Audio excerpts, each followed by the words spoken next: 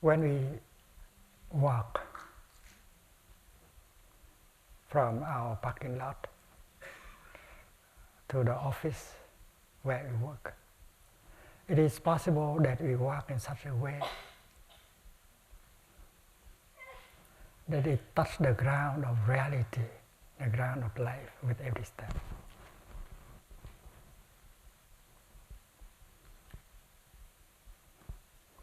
Because you may be walking like a sleepwalker. You only think of arrival at the workplace. But there's nothing spectacular in the workplace. You continue to do the same thing. That may be boring. But why do you walk like a sleepwalker? Why don't learn the way of the Buddha to enjoy every step? You have to walk there anyway. And why don't adapt the art of mindful walking? Every step brings peace. Every step brings freedom. Every step brings healing. Every step helps you to touch life with all the wonders. And that is not something so difficult to do. Everyone can do. If you free yourself from that kind of intention to run, to succeed. Walk in such a way that life is possible with every step. I have arrived in the here and the now. I am home in the present moment. I enjoy this moment. I am fully present in this, during this step. And every step I make is a testimony, is a proof that I have lived my life. Look at the footstep. I was present in that step. I signed my signature in that step. And that step has solidity. Because I was established solidly in the here and the now. And solidity. That step has the mark of freedom. Because when I made that step, I was not pulled away by the past, by the future, by my project, by my anger. I was free. So freedom and solidity are the marks of the step. And in the tradition of Buddhism, freedom and solidity are characteristics of nirvana. And you can cultivate freedom and solidity just by walking.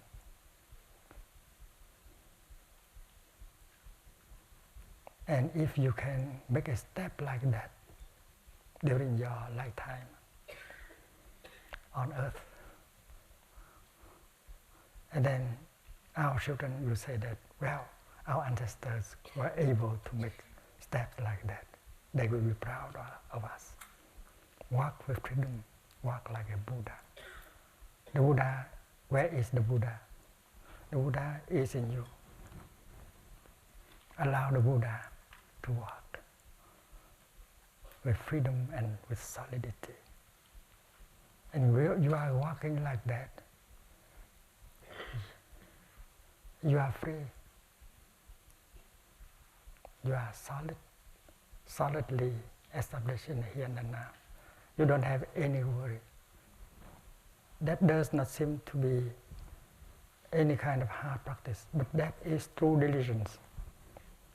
Every time you need to walk in such a way. And your feet are still strong to do that. And you have enough strong will, goodwill to do that. Why wait? Freedom is now or never. Happiness is now or never. Allow you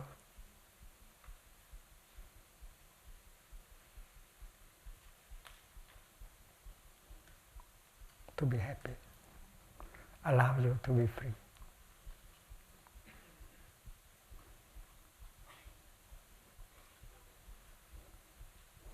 In the upper Hamlet, I always remind the brothers that when you walk, you should not talk or think. Because thinking pulls away our attention. Talking remove our attention on the steps.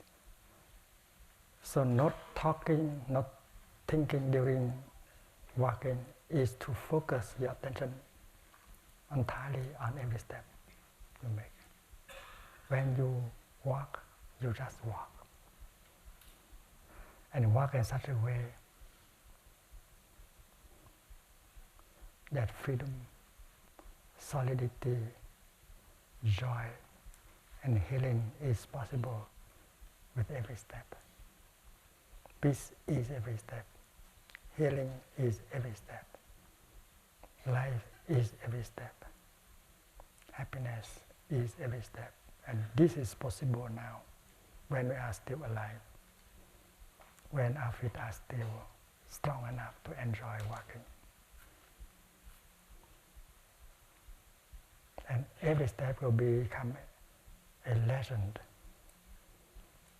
for our children, because we know how to enjoy our time being on earth.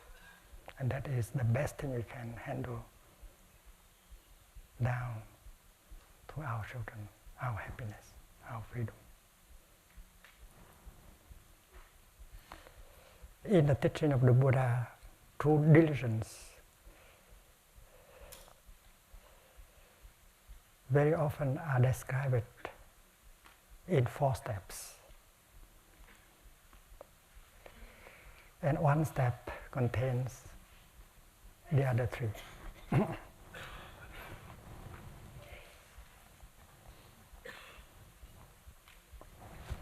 The first step, the unbeneficial in us, try your best not to allow them to manifest. Because in us there are beneficial things and unbeneficial things. In the depth of our consciousness, there is a seed of love, a seed of compassion, a seed of joy, a seed of forgiveness. These are very beneficial things that are in us. It's like there are many kind of bacteria in our intestines, in our mouth. There are beneficial microflora, and that are very useful. And there are harmful microflora. So there are good mental formations in the form of seeds that lie deep in our store consciousness. The capacity to forgive, the capacity to be compassionate, the capacity to love, the capacity to be joyful. And all that are there. But the opposite are there also. Our anger, our fear, our despair, our trauma are there. So the first step of mindfulness is the first step of the practice of diligence is to be artful, skillful enough not to allow them to manifest. Allow them to sleep quietly, peacefully down there. Don't go down and touch them off.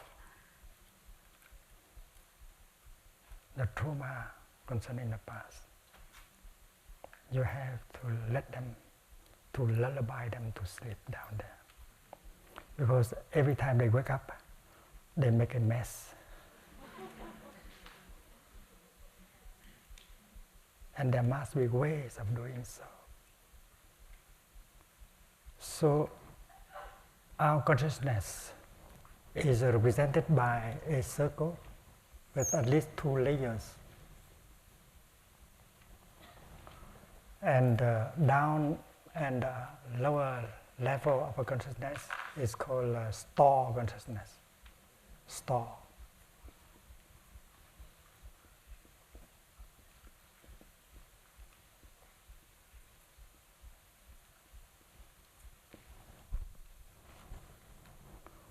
And the beneficial and non-beneficial mental formations are there in the form of seeds.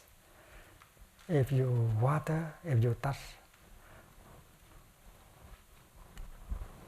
the seed down here, they will manifest up into the upper level of consciousness, called mental consciousness.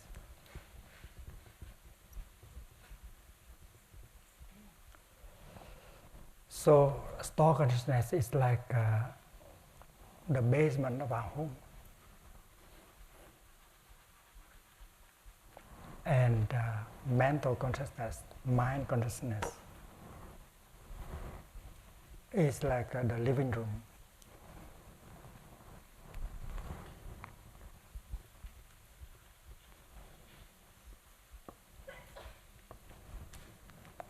Usually, the things you don't like, we put them in the basement. We don't want to. We want our living room to be presentable.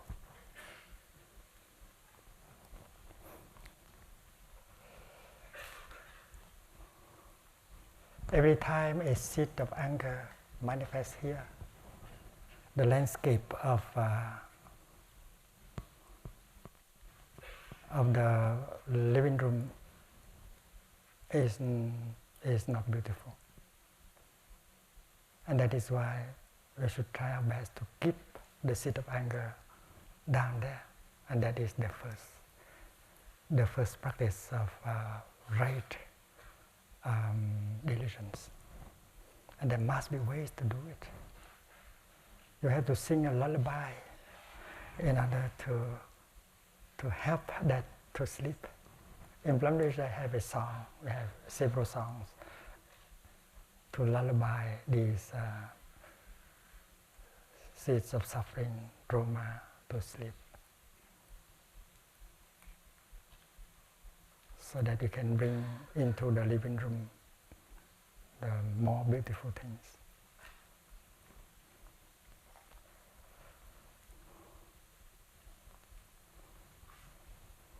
The unbeneficial thing, before they manifest, try to keep them there, keep them down there. Because when they manifest, they will make us suffer. And they will be strengthened at the base. The fact is that if you allow anger to come up here and occupy the whole living room, and if you allow anger to stay long, and then at the base here, it will be strengthened. It's become more important. So let us not give it a chance to grow. If you get angry every day, and your seed of anger grow bigger and bigger every day. Remember, he was not as angry as he is today 10 years ago. He has allowed himself, he has allowed his anger to come up too often, and you have help touching the anger in him.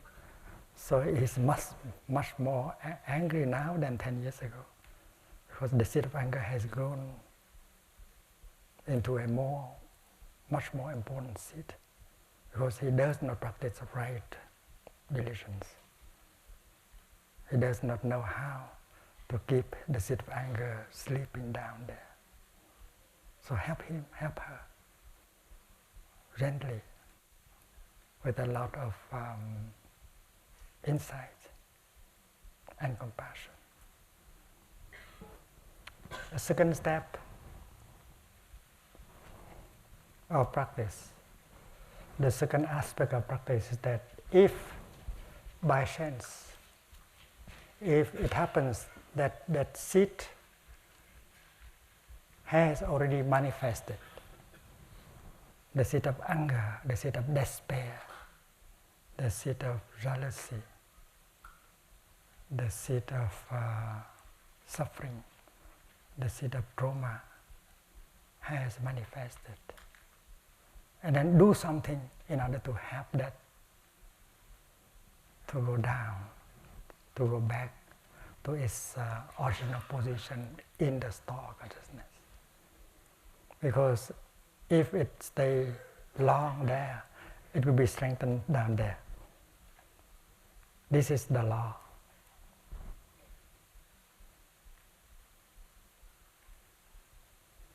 It is like in many countries, if a political party is in power, and that political party has sent to strengthen its grassroots organization, because it has the power, it can strengthen its party. It's the same. When anger is manifested and stays long in mind consciousness at the base, the seed will grow stronger. And you have to see that.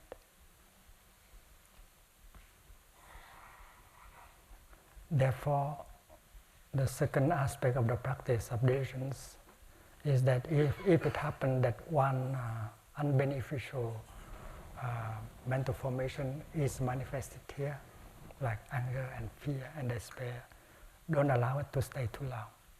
Do something to help it go back. Not suppressing, but helping it to go back. And one of the ways is to invite a beneficial one to come up, to replace. In the sutra, the Buddha was using the image of a pack, P-E-G.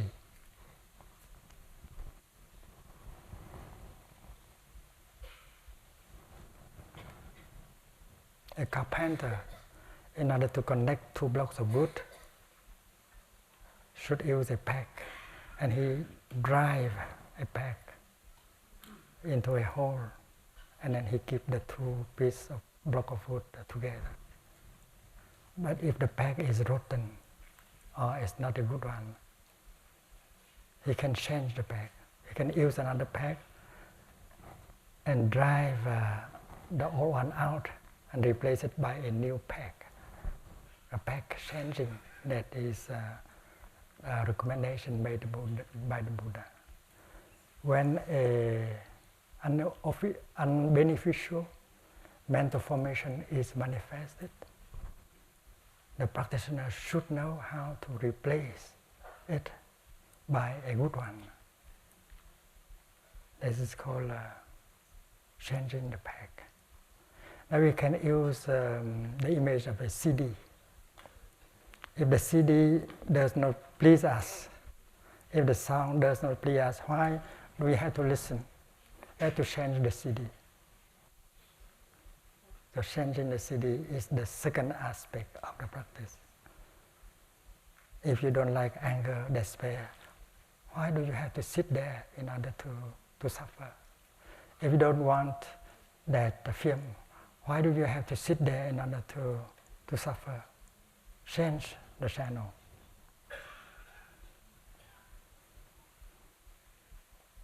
And there are good CDs in you.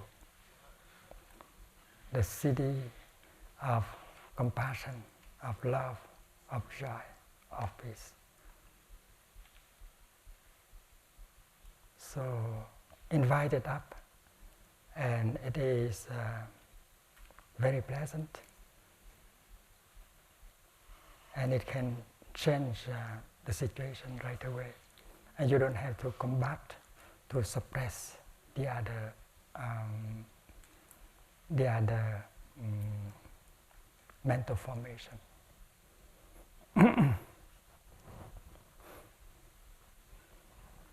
Imagine the Buddha telling us how to do it, step by step,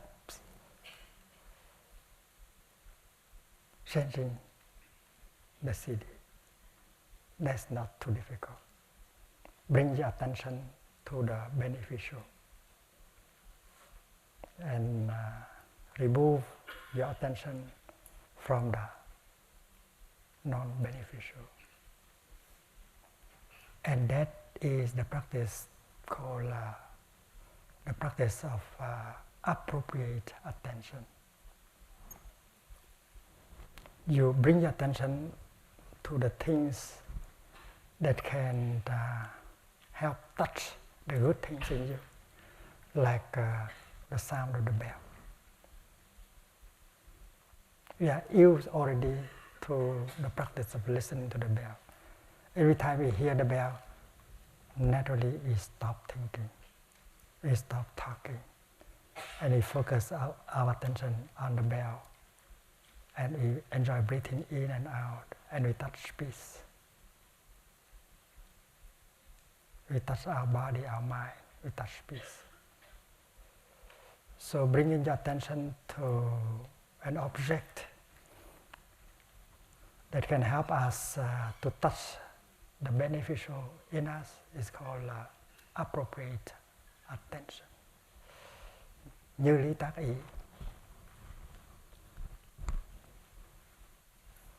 The Sanskrit is yoniso manaskara.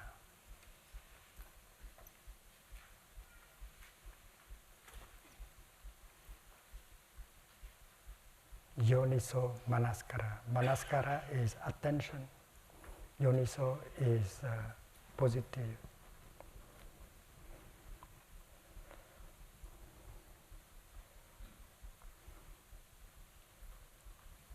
And when you bring your attention to the things that will help the unbeneficial feeling to arise, like anger, craving, desire, despair, that kind of attention is wrong attention, wrong mindfulness. That is called ayoniso manaskara. Ayoniso manaskara, unappropriate attention. Phi như lý tác ý. And this is what we can do. We have to arrange our life in such a way that our attention will be focused on the positive, on the beneficial, so that the good things in us will be manifest to replace the negative things. And a practitioner should have,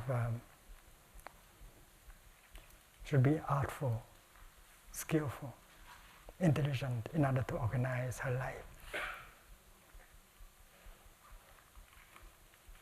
When you read a magazine, there may be an article that will bring out the worst in you.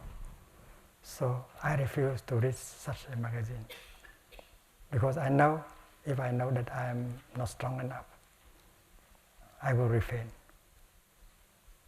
If I am strong enough, if I'm a good a practitioner that has enough strength and courage and joy, and then I may be able to read that article or to see that film without being affected by it, so that I can give my idea, I can help educate the young people and advise them not to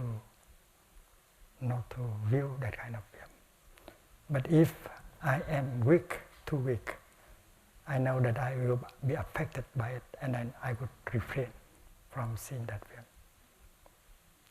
So picking up a magazine and glancing through, you know that you can practice appropriate attention.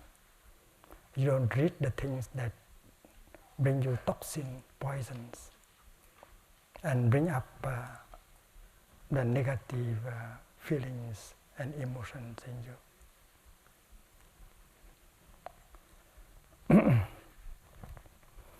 The third aspect of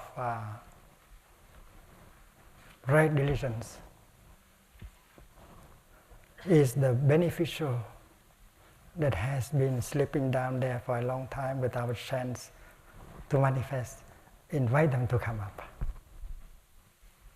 Like a friend, it has been a long time you have not invited her to come. And you know that her presence in the living room is a big joy. So send her email, send her an invitation. And you know that her presence in your living room dissipate the darkness, the sorrow. So that friend is in you, the capacity to be happy, to be joyful, to be compassionate. And these friends are always available. We should invite them often to the living room. That's not too difficult to do. Invite them. I do have good friends. I know that every time a friend like that is in my living room, I enjoy so much. A feeling of joy, of serenity, of peace, of self-fulfillment, of forgiveness is always possible. Joy and happiness are always possible. So this is the third aspect of the practice. The beneficial things, give them a chance to manifest. And by the practice of yoniso manaskara, appropriate attention. And living in a community of practice, we support each other. We help each other not to sink into the past, not to embrace our pain, our sorrow of the past, but come out to the present moment and enjoy the wonders of life that are available in the present moment. So that is why organizing a community of practice is very important. That is a refuge for many of us. Sangha building is a very noble task. You need a Sangha in order to preserve, to maintain our practice. You need a Sangha in order for many people to come and take refuge and suffer less. So building Sangha is very important. And you get a pleasure, you get a lot of pleasure building a Sangha. The fourth aspect of the practice of true diligence is that when the beneficial arises, try to keep them as long as possible with you, like a friend. Because the longer they stay in the living room, at the base, the seat will become more important, the seat of joy, of peace.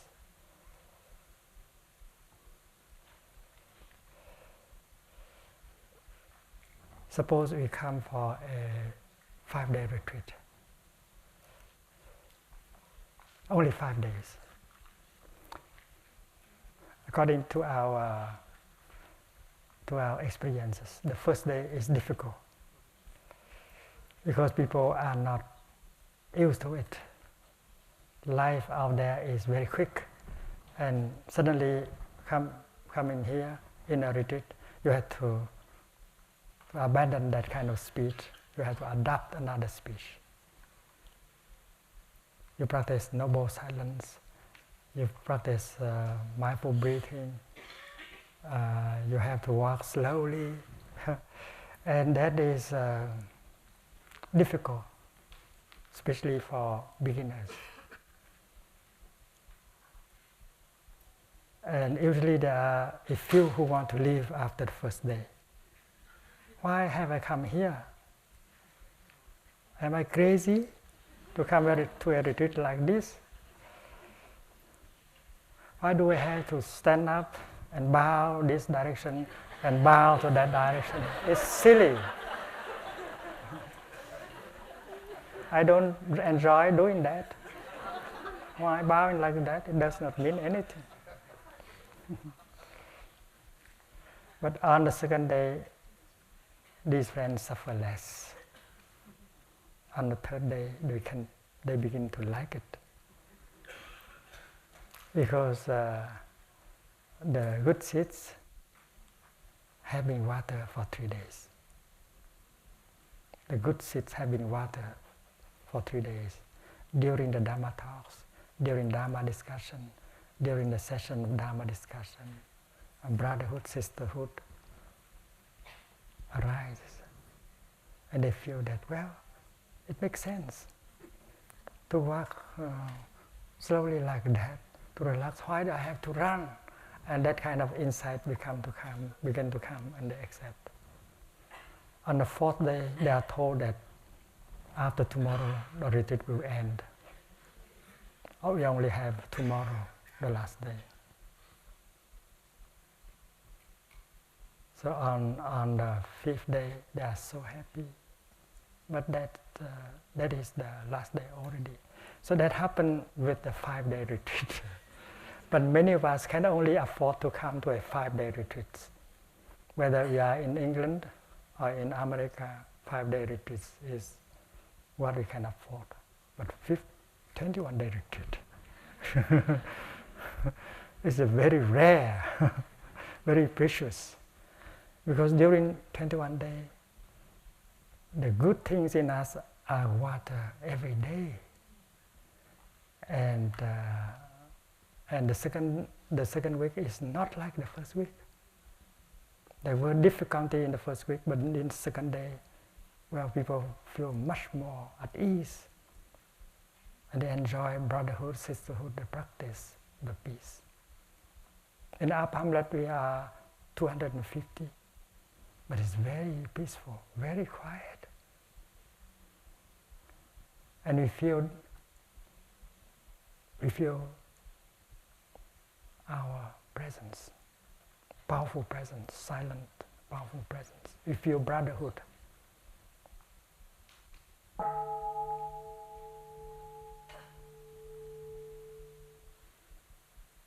If a good friend has come to your living room, try your best to keep him with you as long as possible. So the good things that have arisen, try to keep them, because at the base, that goodness will continue to grow. And next time, these good things manifest so easily because they are important. Sometimes you don't have to invite; they just come to your living room. And you are used to happiness. Happiness becomes a regular thing, a normal thing. Before that, happiness is not normal. Only from time to time we have happiness. But if happiness, the seed of happiness, the seed of love is strong, they will manifest by themselves without invitation, and they are welcome. So to summarize, to repeat, the unbeneficial, keep them sleeping down there. Don't invite them up. Second, if they have manifested, try your best to bring them down to their original position as soon as possible. The good things that have not manifested, invite them up to manifest. The fourth is when they have manifested, keep it. invited to stay longer. That is the true meaning of diligence. That is spoken by the Buddha. Chánh tinh tấn, and you enjoy doing so. Doing so, you don't suffer, and you enjoy it. That is why it should be described as diligence and not effort, because you don't need to suffer at all. The second mindfulness training is about generosity, not stealing.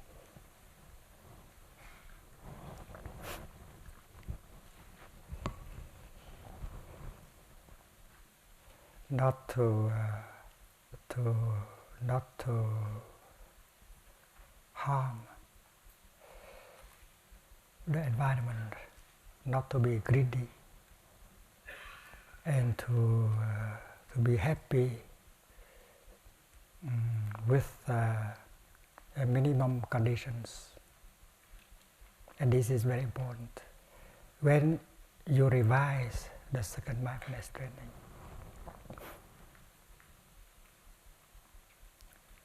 you have to think of true happiness. Because if people practice wrong diligence, because they have too much desire, and having too much desire, you don't have time to live your life, to love, to get the healing and transformation. You burn yourself with the fire of desire.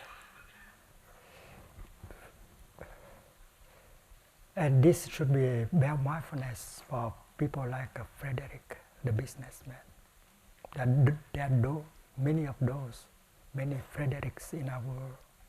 They are powerful.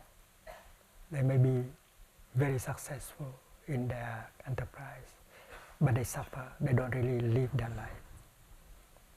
They don't have the time to practice the four aspects of true diligence, because they are caught in wrong diligence. They are sucked into the work. The second mindfulness training about not stealing, practicing generosity, has to do with a simple life, a simple lifestyle. And we know that it has to do with desire. And we have spoken about the original desire, the desire of the infant, of the tender infant in us. That the original desire is the desire to survive. If you continue to work hard today, accumulating more and more, that is only a continuation of that primordial desire. You still worry a lot. You still want to survive, and you don't know. You continue the feeling of the infant in you.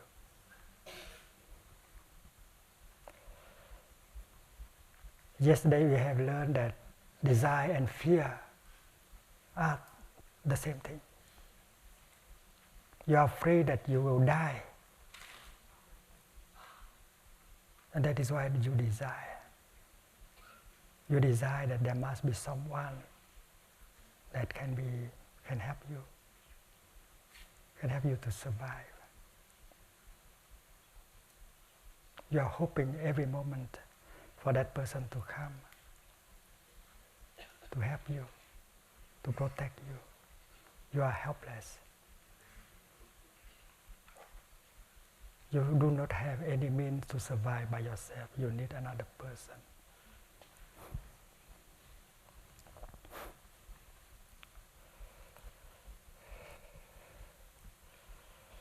If we look deeply into our desire, we see that every kind of desire that we have is a continuation of the original desire. First, we think that getting the diploma is essential for our survival. It will assure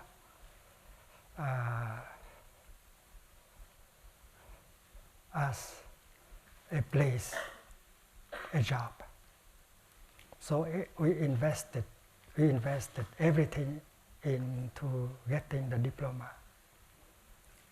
We don't enjoy studying, even if to learn things is a joy, to discover things is a joy. But we consider studying as only a means. We only want the end, which is the diploma. So studying is a kind of hard work. And I have to practice diligence. I should be a diligent student. I suffer because what I want is not what I study, but the diploma that they go give me. So that is wrong diligence. A good student enjoys everything, every hour of class, because that is the food for the soul, the food for the spirit. Like a Dhamma talk. You don't listen to a Dhamma talk in order to get a credit, a certificate. You listen to the Dhamma talk because the Dhamma talk water the good seed, the seed of joy and peace and happiness and wisdom in you, right? So you enjoy the Dhamma talk. Here the students do not enjoy the study, they just think of their diploma. And the day they got the diploma, they relax for a few days. And they begin to think, now the next step is to get a job. Because a diploma without a job will lead nowhere. So now the goal is different, seeking for a job. What kind of job?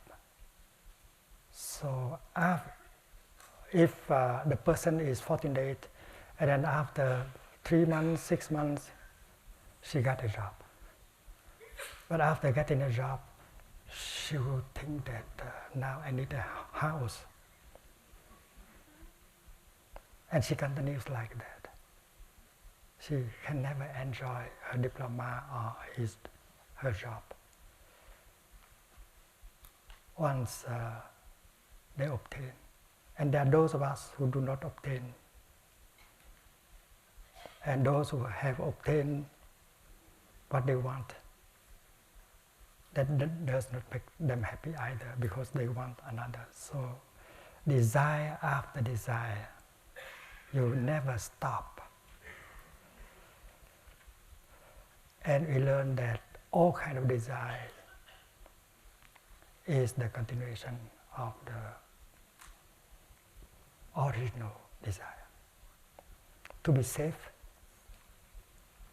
because worries is always there. The little child in us continue to worry, to be fearful. And we have not got the time to talk to the inner child, to tell him, to tell her that there is no reason why we should worry, because everything is fine now. In the present moment, there is no problem, there is no threat. And if in the present moment we don't have any problem, it means we don't have any problem. Why continue to worry, to be fearful? So you have to transmit the wisdom to the inner child.